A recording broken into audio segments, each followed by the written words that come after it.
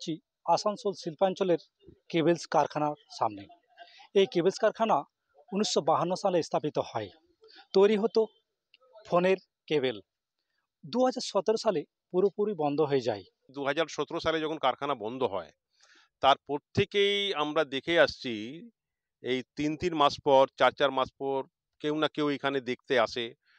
আমরা শুনতে পাই কিনা গভর্নমেন্ট থেকে পাঠিয়েছে লোকজনকে, এখানে নতুনভাবে কিছু করতে চাইছে, তার একটা ইন্ডাস্ট্রি করতে চাইছে।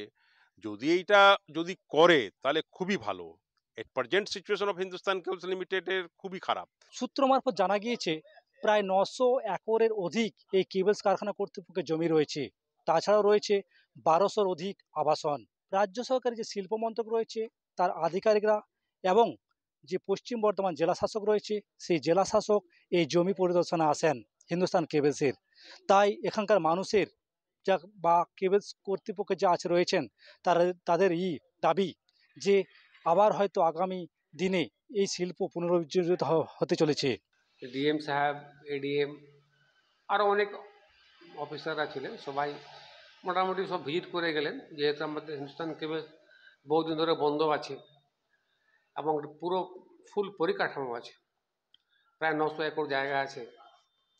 তো আমরা আশাবাদী যে গভর্নমেন্টের তরফ থেকে একটা প্রচেষ্টা চলছে, নিশ্চয়ই এবার কিছু একটা ফল পাওয়া যাবে। আমরা আশাবাদী যে গত কয়েক বছর ধরে যে বিভিন্ন শিল্প আমাদের পশ্চিমবঙ্গে বিভিন্ন জায়গায় স্থাপিত হচ্ছে, খড়গপুরে যেমন হিতাইচি হয়েছে, আমাদের গড়বেতাতে স্টিল চলছে, বিভিন্ন জায়গায় আমরা আশাবাদী পশ্চিমবঙ্গের মধ্যে আমাদের হিন্দুস্তান কেবলসের ফাঁকা জমিতেও হয়তো কোনো ইন্ডাস্ট্রি আসবে, রাজ্য সরকার আনবে, এটাই আমরা আশাবাদী। আসানসোল থেকে উৎপল পাতর, আমার শহর কলকাতা টিভি।